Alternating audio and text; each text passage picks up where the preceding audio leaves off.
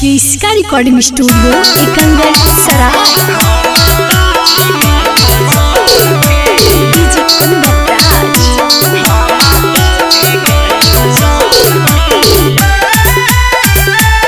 Presented by किसका films. रतिया में साया पी के आबो दरुआ बड़ी तंग कर जी हम कौची कहियो साथी। रतिया में साया पी के आबो दरुआ बड़ी तंग कर जी हम कौची कहियो साथी। रोजा रोजा मारा के भद्रा चुप कर जी हम कौची कहियो साथी। रोजा रोजा मारा के भद्रा चुप कर जी हम कौची कहियो साथी। रतिया में साया पी के आबो गंजा बड़ी गंजन कर जी हम कौची कहियो साथी। रतिया में साया पी के आबो गंजा बड़ी गंजन कर जी हम कौची कहियो साथी। रोजा रोजा मारा के भद्रा चुप कर जी हम कौची कहियो साथी। रोजा रोजा मारा के भद्रा चुप कर जी हम कौची कहियो साथी।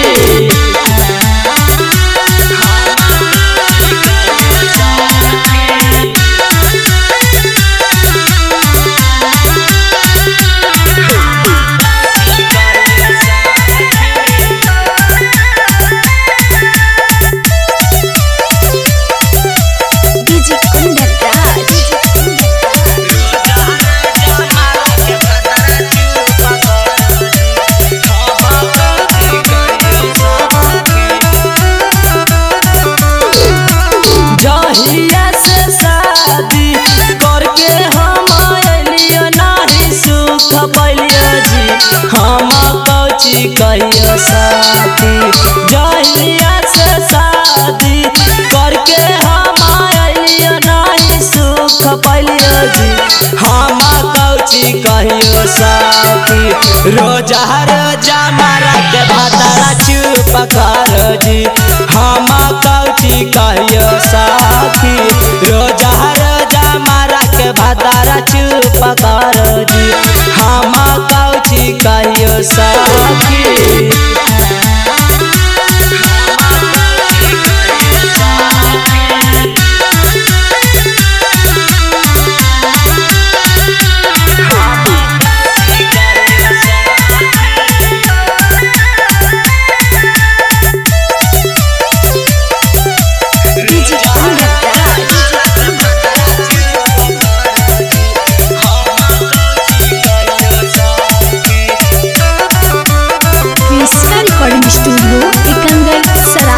ससुर के करह पर लुटाई हम जवनिया सादा लग है देवे पड़तई हमरा आबाद सरे पर ध्यान।